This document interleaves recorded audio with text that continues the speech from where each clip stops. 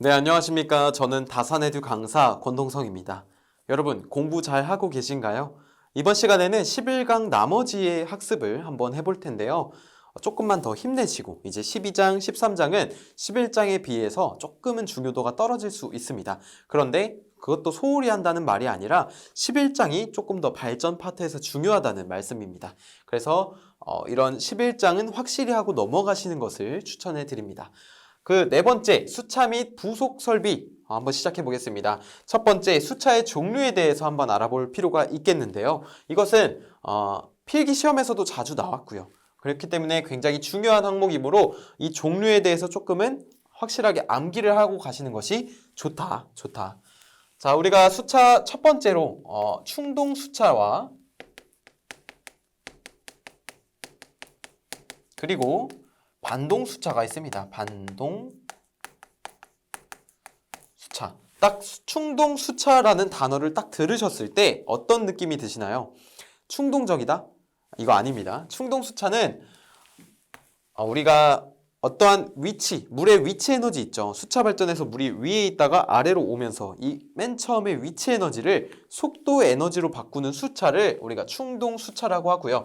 반동 수차는 물의 위치 에너지를 속도 에너지와 압력 에너지로 바꾸는 것을 우리는 반동 수차라고 합니다. 그래서 충동은 어떻게 보면 충격에 의한 동력이라고 생각하시면 되고, 반동은 이러한 일반적인 회전력을 알고 계시면 될 것 같습니다. 자, 충동 수차는 그 종류가 하나만 있는데요. 바로 펠턴 수차입니다. 펠턴 수차. 이렇게 충동 수차에는 펠턴 수차 딱 하나만 있습니다. 그래서 이것은 이제 어떻게 이용이 되냐면 고낙차, 높은 낙차를 이용할 때, 그리고 중간 정도의 낙차를 이용하는데 사용이 되는 그러한 방법이 되겠습니다. 펠턴 수차. 자, 앞으로 많이 보실 거예요. 펠턴 수차. 자, 반동 수차에는 무엇이 있느냐? 바로 프란시스 수차. 이름 잘생기지 않았나요? 프란시스 수차. 그 다음에 또 밑으로 나눠지죠. 자, 프로펠러 수차와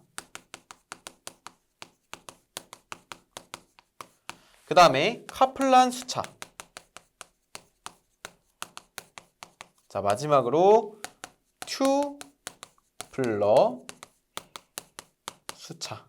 자, 튜블러 수차 같은 경우는 튜플러라고도 부르고요. 튜블러라고도 부르고 어떻게 부르는지 따라 달리 불립니다. 그냥 이러한 명칭에 대한 특징을 정확하게 매칭을 시키는 것이 중요하지, 사실 이 튜블런지 튜플런지는 크게 중요하지 않습니다. 자, 아무튼 프란시스 수차는 어떠한 용도로 사용되냐면 이것은 중낙차. 그 다음에 요 세 개 있죠. 이 세 개는 모두 전낙차용으로 사용이 됩니다. 자, 이렇게 수차의 종류 간단하게 알아봤고요. 그러면 우리는 지금부터 펠턴 수차부터 한번 같이 알아보겠습니다. 첫 번째, 두 번째로 할까요? 소괄호 두 번째. 펠턴. 글씨가 좀 이상하죠? 펠턴 다시 쓰겠습니다. 자, 펠턴 수차. 펠턴 수차라는 것은 유일한 충동 수차죠. 유일한 충동 수차 하나밖에 없습니다. 이것은 물이 수차의 버킷에 충돌하는 건데, 자, 제가 그림을 조금 그려드리면 교재 그림 11-9를 한번 참고해 주세요. 자, 이렇게 본체, 즉 러너가 있고요. 이쪽에 물을 받을 수 있는 양동이 같은 그러한 버킷이 있습니다. 약간 날개죠. 어떻게 보면 회전축의 날개. 그림이 조금 어눌하긴 한데 최대한 비슷하게 그리려고 노력 중입니다. 자, 이렇게 러너에 버킷이 있고요. 그 밖에 왼쪽에는 이제 이러한 물이 내려오고 있습니다. 그리고 이쪽에 지금 교재 그림에는 없지만 하나를 더 그리면요. 이따 명칭할 때 필요해서 제가 추가로 그렸습니다.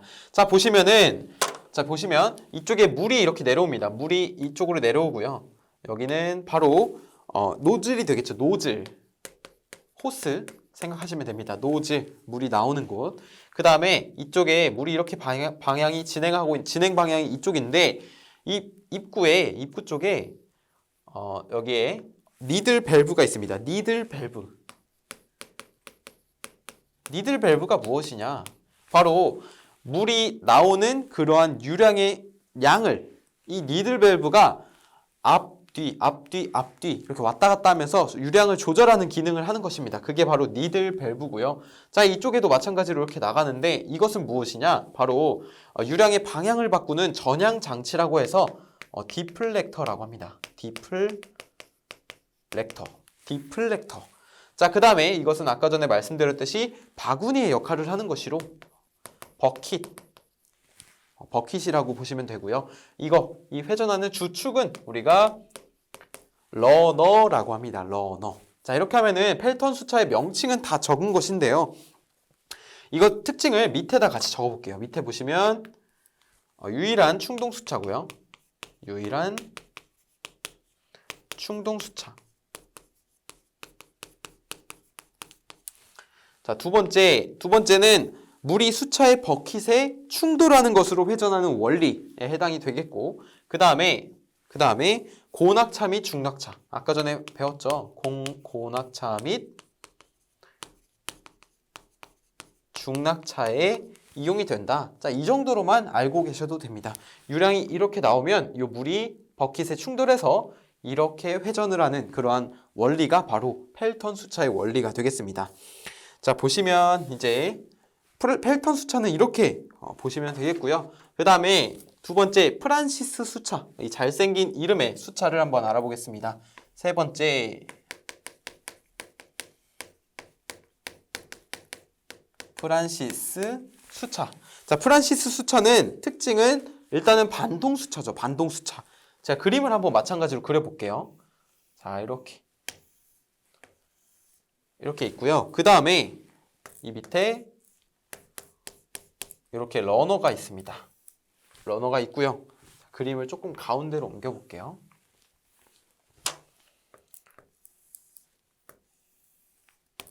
자, 이렇게 러너가 존재합니다. 러너가 존재하고 그 옆에 이렇게 색칠돼가지고 이것은 우리가 안내 날개라고 부릅니다. 안내 날개. 그리고 제가 명칭을 한꺼번에 적어드릴게요. 그 다음에 이렇게 동그라미로 해서 스파이럴 케이싱이라는 것이 존재합니다. 스파이럴 케이싱. 그 다음에 이 러너와 연결되어 있는 요 밑에, 자, 요 부분을 우리는 흡출관이라고 합니다. 명칭 다시 적어볼게요. 이거는 러너. 그 다음에 여기 색칠되어 있는 부분, 요거는 안내 날개. 우리가 가이드 밴이라고도 하거든요. 가이드 밴. 자, 가이드 밴이라고도 하고요. 자, 이쪽에 동그라미, 양쪽에 동그라미 있죠. 이것은 스파이럴 케이싱. 우리나라 말로 소용돌이 케이싱이라고도 합니다. 소용돌이 케이싱. 자, 그 다음에 이것은 흡출관이 되겠고요. 흡출관은 물이 이렇게 흡출되는 그러한 관을 흡출관이라고 하겠죠. 자, 이렇게 명칭 다 적어봤는데 특징을 밑에 마찬가지로 하나씩 적어보면은 첫 번째 반동수차죠. 일단 그 다음에 중낙차에 이용이 됩니다. 그리고 이때 높이는 낙차는 예를 들어 약 30에서 400m 사이의 낙차를 얻을 때 이용되는 수차가 되겠습니다. 그래서 이 특징이 뭐냐면 요 30에서 400이잖아요. 수차 중에서 이 낙차 범위가 가장 넓은 수차가 됩니다. 낙차 범위 가장 넓다. 낙차 범위가 가장 넓다라고 표현을 할 수 있겠습니다. 자, 그래서 지금 구조를 보시면 우리가 러너, 스파이럴 케이싱, 흡출관, 안내 날개, 즉 가이드 밴이라고 했는데 러너는 물의 유입에 따라서 회전하는 것의 주축이죠. 주축. 그리고 스파이럴 케이싱은 나선형 철관으로 우리가 수압 철관에서 물이 이렇게 옵니다. 수차로. 수압 철관을 통해 물이 수차로 들어오는데 그때 물을 러너에 유입시키기 위한 그러한 구조를 바로 스파이럴 케이싱이라고 합니다. 그래서 유량이 이렇게 통과를 해서 유수가 이 흡출관으로 하여금 밖으로 나가게 되는 것이죠. 자, 그래서 안내 날개는 유수의 적절한 방향을 줌으로써 이 유수가 어떻게 들어가는지 방향을 줌으로써 러너의 유량을 공급하는 이러한 역할을 하는 것이 안내 날개가 되겠습니다. 교재에 나와 있는 케이싱, 물이 러너에 들어가는 것을 방지하기 위한 일종의 장치라고 적혀 있는데 그 케이싱은 그냥 우리가 흔히 말해서 휴대폰 케이스라고 하잖아요. 케이싱, 케이스를 씌우다 이런 뜻으로 이해하시면 되겠습니다. 자, 그 다음에 카플란 수차 볼까요? 카플란 수차. 네 번째.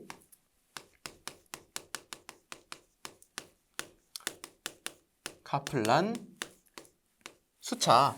우리가 카플란 수차는 프로펠러 날개가 가동식일 때, 자, 이것은 이제 이 뒤에 프로펠러 수차일 때 조금 자세하게 다룰 텐데, 카플란 수차는 일단은 특징부터 적어볼게요. 구조는 따로 아실 필요가 없고요. 특징 적어보면은 일단 고효율입니다. 고효율.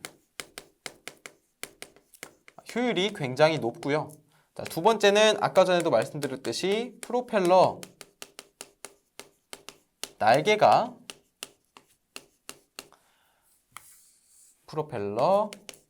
날개가 가동식. 자, 프로펠러 날개는 고정식과 가동식 두 가지가 있는데 이 카플란 수차는 프로펠러 날개가 가동식이다. 그리고 유량에 맞는 경사각을 선택할 수 있습니다. 굉장히 장점이 많은 친구예요. 유량에 맞는 경사각 선택하는. 자, 그래서 이것은 낙차가 몇 미터일 때 사용할 수 있냐면 주로 30m 이하. 그런데 최근에는 30m 이하, 원래 보통 30m 이하는 카플란, 30m 이상은 프란시스 쓰고 그랬거든요. 그런데 최근에는 여기 70m 이하에도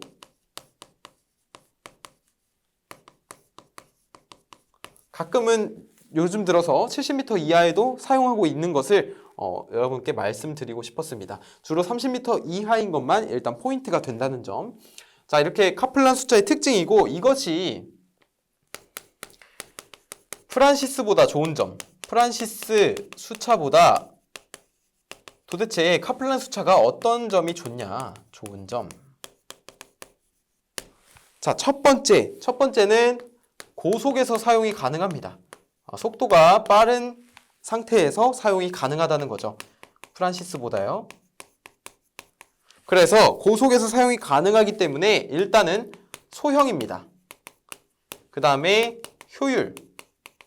당연히 좋고요. 그 다음에 발전기. 소형이기 때문에 발전기 가격이 저렴해집니다. 그래서 발전기 가격, 그리고 소형이기 때문에 발전소, 건설비, 그러니까 짓는 데 필요한 돈 있잖아요. 돈도 같이 저렴해집니다.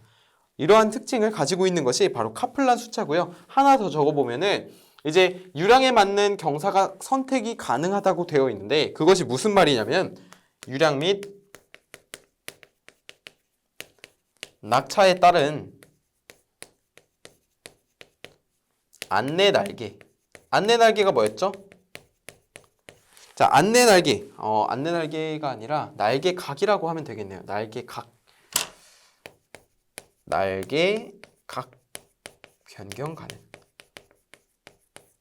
자, 날개각이라는 것은 결국 이 유량에 맞는 경사각을 선택한다 이런 뜻이 됩니다. 그래서 유량이나 낙차에 따라서 이 날개각을 변경시킴으로써 고효율을 유지하는 거죠. 자, 밑에다 적어볼게요. 자, 이런 효과를 통해 고효율 유지가 가능하다는 점. 그래서 이런 점이 바로 프란시스 수차에 비해서 좋은 점이다 라고 할 수 있는 것입니다. 자, 그 다음에 프로펠러 수차 알아보겠습니다. 프로펠러 수차.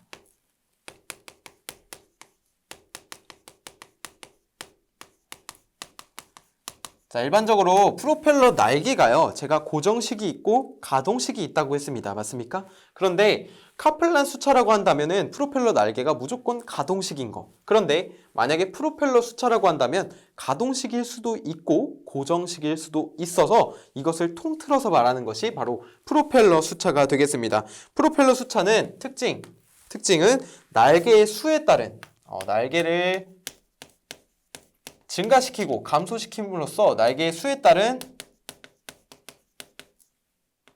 효율 변동이 특징이 되겠고요. 두 번째는 어떤 곳에 이용이 되냐면 바로 40m 이하의 낙차에 이용이 되고요. 그 다음에 세 번째는 러너가 지금 명칭에서도 알 수 있듯이 러너 있잖아요. 러너가 프로펠러로 되어 있습니다.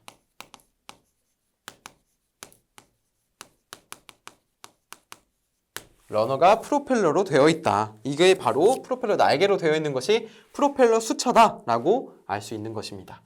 자, 여섯 번째는 튜플러 수차. 제가 튜블러 수차라고 적었는데 튜플러 수차는요. 프로펠러가 원통 안에 들어있는 겁니다. 원통 안에. 그러니까 이게 무슨 말이냐면은 프로펠러 수차 발전기가 일체로 되어 있다는 말이에요. 일체로. 그래서 소용돌이 케이싱 저것이 필요가 없는 그런 수차가 바로 튜플러 수차인데 이게 바로 그냥 원통형 수차라고 흔히들 부르기도 합니다. 원통형 수차. 자, 보시면은 특징 볼게요. 특징 첫 번째, 일단은 일체형이라 소용돌이 케이싱이 필요 없다. 두 번째는 프로펠러 날개가 고정식 또는 가동식이다.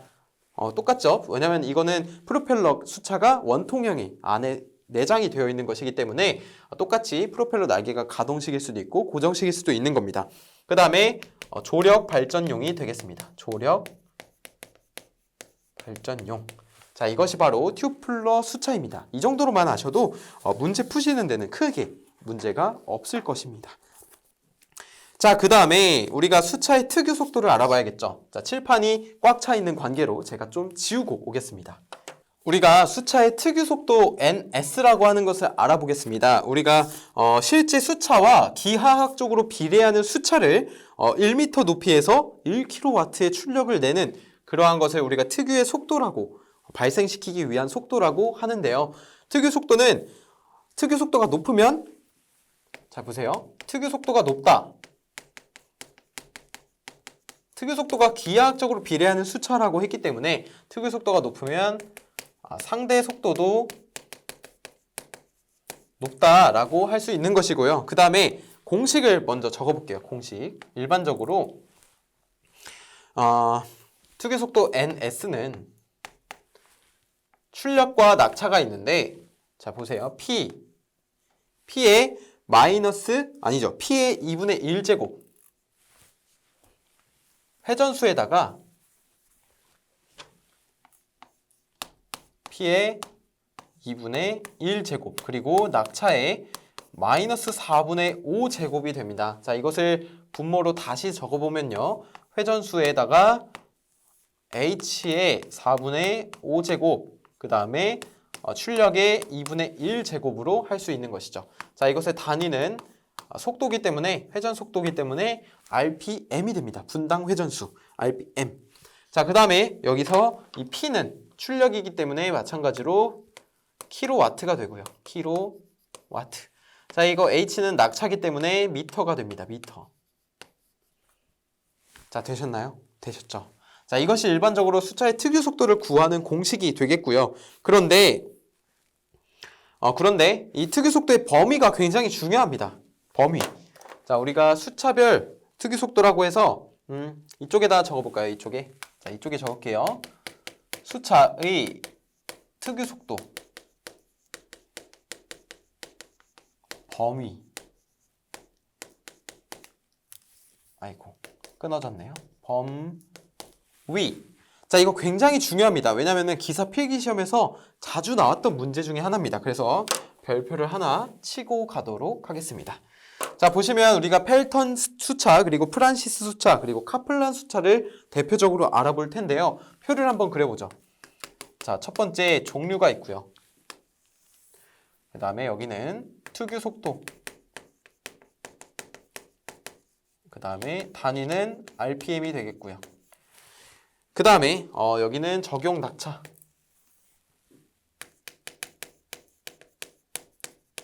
어떠한 낙차에 적용해야 되는지 이것을 미터 단위로 알아보도록 하겠습니다.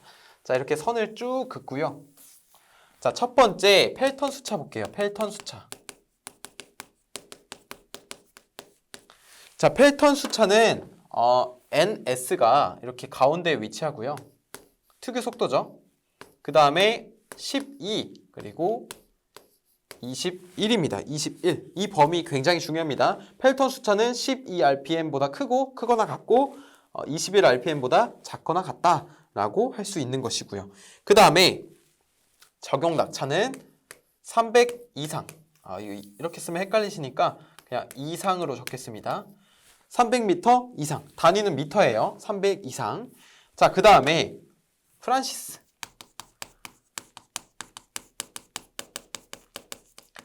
자, 프란시스 수차 같은 경우는 특유 속도 ns가요. ns가 자, 보세요. 지금 프란시스 수차와 카플란 수차가 형태가 조금 비슷하니까 굉장히 지금 집중해서 들으셔야 됩니다. ns가 어떤 것보다 작거나 같냐? 바로 낙차 플러스 20분의 13,000 플러스 50보다 작거나 같습니다. 자, 이것이 어떠한 RPM을 가지고 있냐면 45에서 350의 RPM을 가지고 있는 것입니다. 350의 RPM을. 자, 보시면 NS가 H, 이거 11 아닙니다. H입니다. H 플러스 20분의 13,000 플러스 50. 이것이 보통 45에서 350 RPM이다. 자, 그 다음에 마지막, 이거 적용 낙차 안 했네요. 적용 낙차는 30에서 400m 정도에 해당이 됩니다. 되셨죠? 카플란 보시죠. 카플란. 자, 카플란 수차는 똑같이 ns가요. 어떤 것보다 작거나 같냐면요. 일단 분모는 위에랑 똑같습니다. h 플러스 20 그리고 여기는 2만입니다. 2만 플러스 50 그리고 이것은 일반적으로 회전수가 350에서 800rpm 정도가 해당이 되겠습니다. 자, 그래서 지금 카플란과 프란시스 비교해 보시면 이 H 플러스 20과 이 H 플러스 20은 같죠? 그리고 이 플러스 50과 플러스 50 같죠? 그러면 어디가 다르죠? 지금 바로 분자가 다릅니다. 분자가 이 위쪽에 프란시스 같은 경우는 13,000 그리고 카플란 같은 경우는 2만. 그래서 각각의 범위가 이렇게 설정이 된다. 이거 굉장히 중요하니까 조금 당장은 머릿속에 들어오지 않으시더라도 그냥 한 번쯤 이렇게 약간 이 장면을 캡처하셔서 이렇게 수시로 보시는 것을 권장해 드리겠습니다. 자, 마지막으로 카플란 수차의 적용 낙차 범위는요. 바로 5에서 30m가 되겠다. 이렇게만 알고 계시면 되겠습니다. 자, 이렇게 수차의 특이 속도 범위에 대해서 알아봤고요. 그 다음에 8번째 여기 밑에다 적을게요. 수차의 무구속 속도. 수차의 무구속 속도. 자, 무구속이라는 것은 말 그대로 무부하일 때 상승이 가능한 최고 속도를 우리가 무구속 속도라고 합니다. 자, 이것은 순서가 굉장히 중요한데 앞 글자만 그냥 따서 외우세요. 일단은 첫 번째 카플란 숫자가 제일 빠릅니다. 카플란 숫자 제일 빠르고요. 그 다음이 프로펠러.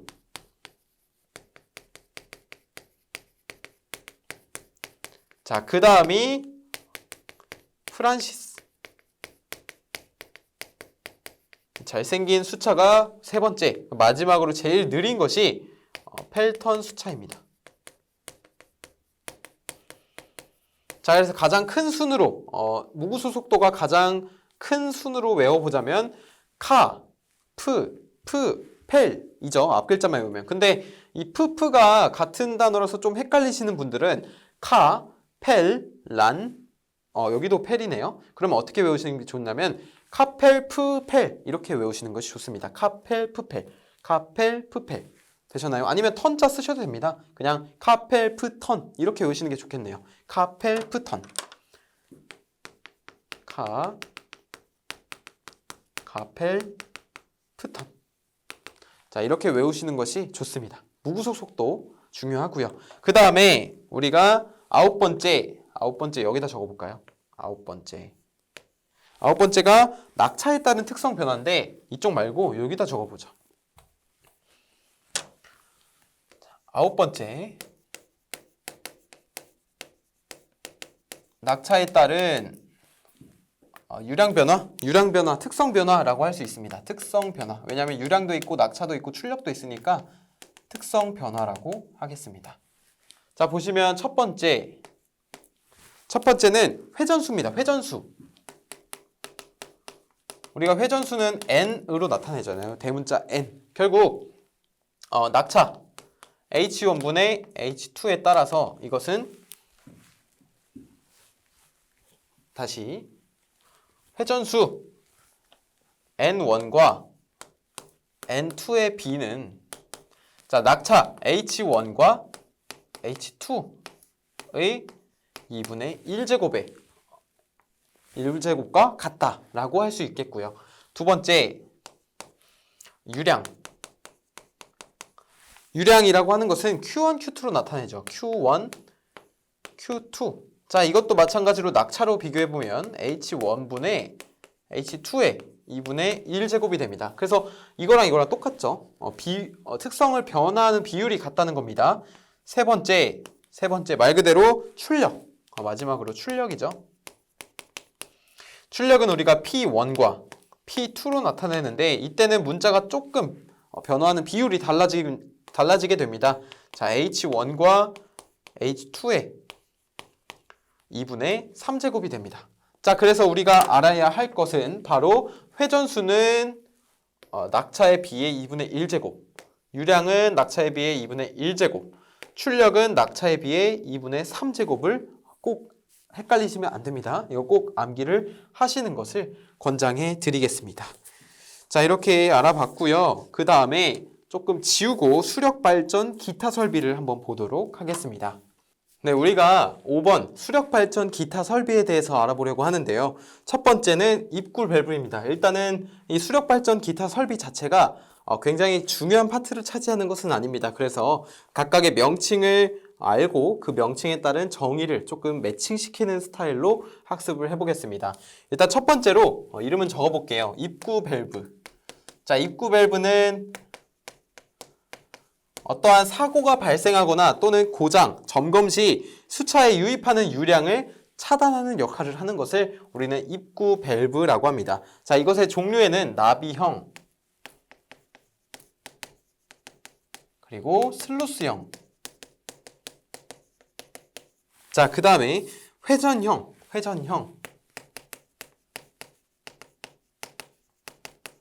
그 다음에 존슨형. 그 다음에 측로형 밸브가 있겠습니다. 자, 이 정도 종류 정도만 알고 계시면 되겠네요. 두 번째는 조속기입니다. 자, 조속기는 한번 들어보셨죠? 조속기. 회전수를 일정하게 하는 거, 회전 속도를 조절하는 거, 일정하게 하는 것을 우리가 조속기라고 하는데, 자, 이것은 부하 변동에 따라서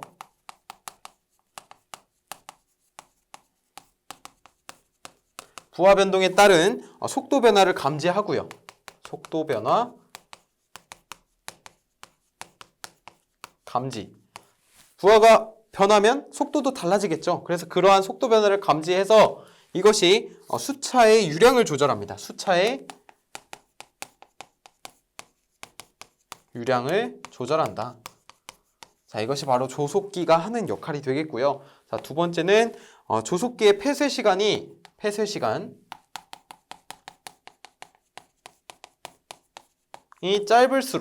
짧을수록 속도 변동률도 낮아집니다. 속도 변동률.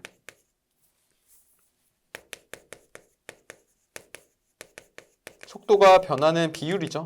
속도 변동률도 낮아지게 됩니다. 자, 이것이 조속기가 하는 역할이고요. 자, 조속기의 종류를 조금 더 알아볼 필요가 있겠습니다. 첫 번째, 조속기 첫 번째를 이쪽에다가 적어볼게요. 자, 보세요. 자, 이것을 이쪽에다가 이어서 적어보도록 하겠습니다. 첫 번째, 첫 번째는 펠턴 수차. 펠턴 수차와 그리고 반동 수차. 왜냐면은 이렇게 나눈 이유가 펠턴 수차는 유일한 충동 수차잖아요. 그래서 펠턴 수차라고 적어도 되고 충동 수차라고 적어도 무방하십니다. 펠턴 수차에서는 이런 조속기 역할을 니들 밸브가 하고요. 그 다음에 반동 수차에서는 이러한 역할을 안내 날개에서 합니다. 안내 날개. 자, 이것이 1번 항목. 두 번째, 동작 순서입니다. 동작 순서. 조금 알아보시기 힘들까봐 제가 흰색으로 이렇게 네모를 쳐보겠습니다. 자, 이렇게. 자, 그다음에 동작 순서입니다. 동작 순서. 보시면은 평속기라고 되어 있습니다. 평속기. 그 다음에 어디죠? 그 다음에 배합 밸브고요. 압력을 배분하는 밸브. 그 다음에 서브 모터. 그리고 복원 기구가 있습니다. 자, 이 자세한 명칭의 뜻은 밑에서 다뤄보겠습니다. 동작 순서는 이렇게 다음과 같고요. 세 번째 부속 장치. 자, 부속 장치. 자, 스피더라는 것이 있죠. 스피더가 뭔가요? 스피더는 수차의 회전수 변동을 검출하는 겁니다. 여기 보시면 부하 변동에 따른 속도 변화를 감지한다고 했는데 그로 인해서 수차의 유량을 조절하잖아요. 그래서 이 스피더에서는 그러한 속도 변동을 감지한다. 속도 변동 감지를 스피더가 하는 거고요. 스피더. 그 다음에 배합 밸브. 아까 전에 배합 밸브 나왔었죠? 배합 밸브는 밸브로 유압의 통로를 바꾸는 거죠. 배분하는 것. 밸브로 유압의 통로 변경. 유압의 통로를 변경한다. 자, 세 번째는 서브 모터. 서브 모터는 모터예요, 모터. 자, 이게 근데 무슨 모터냐면요. 서브 모터는 오일 피스톤으로 작동하는 거고 이것을 배합 밸브에 의해 작동되는 그러한 모터를 바로 서브 모터라고 합니다. 자, 그 다음에 네 번째는 복원 기구.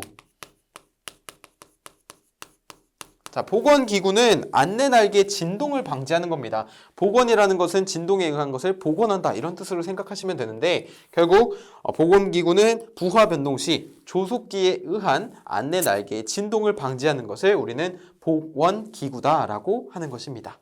자, 이게 부속 장치 네 번째까지였고요. 네 번째 시간은 이쪽에다 적어볼까요? 네 번째 시간.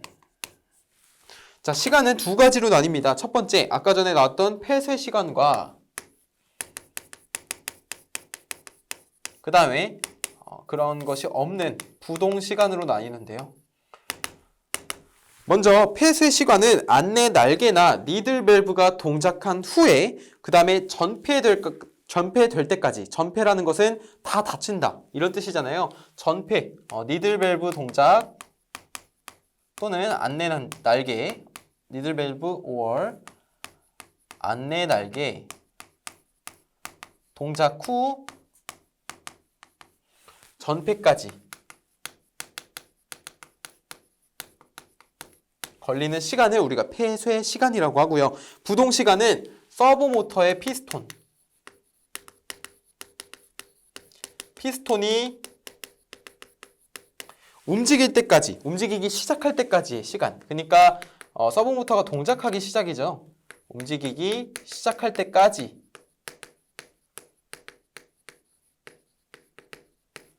시간을 우리는 부동 시간이라고 합니다. 왜냐면은 부동이라는 것이 움직이지 않는 건데 결국 피스톤이 움직인다는 것은 부동 상태가 깨진다는 뜻이죠. 그래서 우리는 부동 시간을 그 움직이지 않는 시간으로 정정하고 있는 것입니다. 자, 다섯 번째는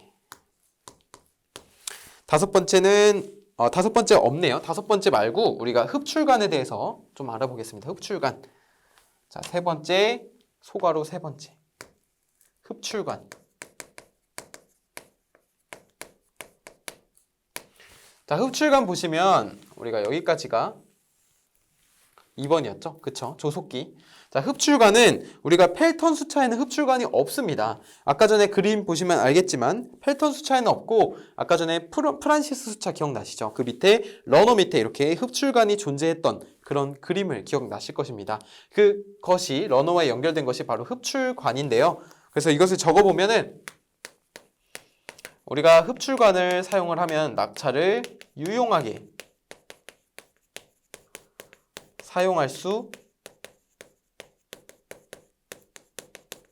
있다 라고 할 수 있는 것입니다. 흡출관을 사용하면 낙차를 유용하게 사용할 수 있다. 딱 이 정도만 아셔도 되는 거예요. 그리고 이거 아까 말씀을 드렸지만 다시 적어보면 펠턴 수차에는 없습니다. 흡출관이. 펠턴 수차에는 흡출관이 없습니다. 자, 그 다음에 네 번째 제압장치 볼게요. 제압장치. 자, 제압장치는 뭔가 이름만 딱 보면은 제압하다 이런 뜻이잖아요. 근데 그런 제압이 아니라 압력을 제한하는 거죠. 자, 부하의 급변에 따른 수압관의 수압 상승을 억제하기 위해서 조속기와 연동해서 사용되는 장치가 바로 제압 장치가 되는 것입니다. 자, 이것이 바로 제압 장치고요. 자, 그 다음에 5번. 자, 드디어 나왔습니다. 수차의 마모와 진동. 자, 수차의 마모와 진동을 일으키는 원인에는 무엇이 있는지 한번 알아보죠. 첫 번째는 총 3가지가 있는데 첫 번째는 캐비테이션에 의한 부식. 자, 부식. 수차는 물을 계속 만나기 때문에 부식이 일어날 수 있습니다. 그럴 때 캐비테이션에 의한 부식이 되겠고요. 캐비테이션은 밑에 6번에서 조금 더 자세하게 다뤄보겠습니다. 그 다음에 토사. 그리고 점토의 혼입에 의한 혼입이라는 것은 토사와 점토가 섞였다는 것이죠. 혼입에 의한 침식. 자, 세 번째는 물속에 산이 있죠. 산 성분이 있잖아요. 물속 산에 의한 침식이라고 생각하시면 됩니다. 이렇게 수차의 마모와 진동을 일으키는 원인에는 첫 번째 캐비테이션에 의한 부식, 두 번째 토사 점토에 의한 혼입에 의한 침식, 세 번째 물속 산에 의한 침식, 이렇게 3가지가 있고요. 그 다음에 6번, 이 캐비테이션이 도대체 무엇이냐? 우리가 캐비테이션에 대해서 알아볼 필요가 있겠죠. 자,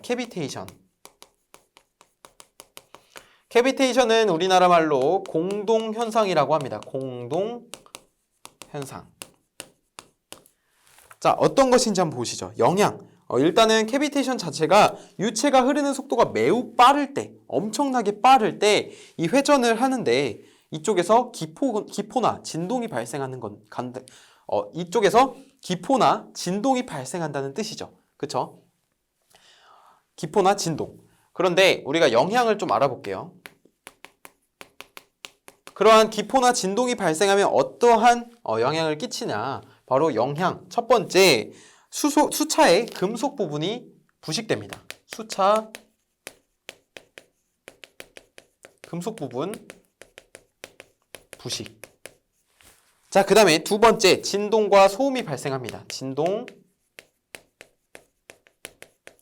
소음 발생하고요. 자, 세 번째는 출력 및 효율이 당연히 떨어지겠죠. 기포, 불필요한 진공 상태가 만들어지는 거잖아요. 기포가 과자에서도 질소 봉지가 많으면 이거 과자 너무 과대 포장이다 라는 말이 있듯이 기포도 많으면 안 좋습니다. 그래서 출력 및 효율 떨어지고요. 마지막으로 수압의 변동이 현저화됩니다. 현저화. 수압의 변동 현저화가 되고요. 자, 이것이 첫 번째 영향이 되겠고, 그러면 이러한 영향을 막기 위해서 어떠한 방지 대책을 설립해야 되냐? 방지 대책. 자, 첫 번째는 수차의 특유 속도, 자, 아까 전에 특유 속도가 상대 속도가 빨라진다고 했습니다. 특유 속도가 빠르면. 그래서 수차의 특유 속도를 너무 높게 하지 말 것. 자, 두 번째는 흡출관을 사용하지 말 것. 자, 흡출관을 사용해서 낙차를 키우다 보면은 이러한 캐비테이션 현상이 발생할 수 있다. 흡출관을 사용하지 말 것. 자, 세 번째는 침식에 강한 재료를 사용해야겠죠. 침식이 일어나면 안 되니까요. 침식에 강한 재료 사용. 자, 네 번째는 수차를 과도한 부분에서 사용하지 말 것. 과도한 부분 부하입니다. 여기에 사이에 부하를 집어넣어야 됩니다. 과도한 부분 부하에서 사용하지 말 것이 되겠습니다. 자, 이렇게 수력 발전 기타 설비까지 맞춰봤습니다. 결국 11장이 다 끝났네요. 여러분 정말 고생 많으셨고요. 저는 11장 문제풀이에서 찾아뵙도록 하겠습니다. 감사합니다.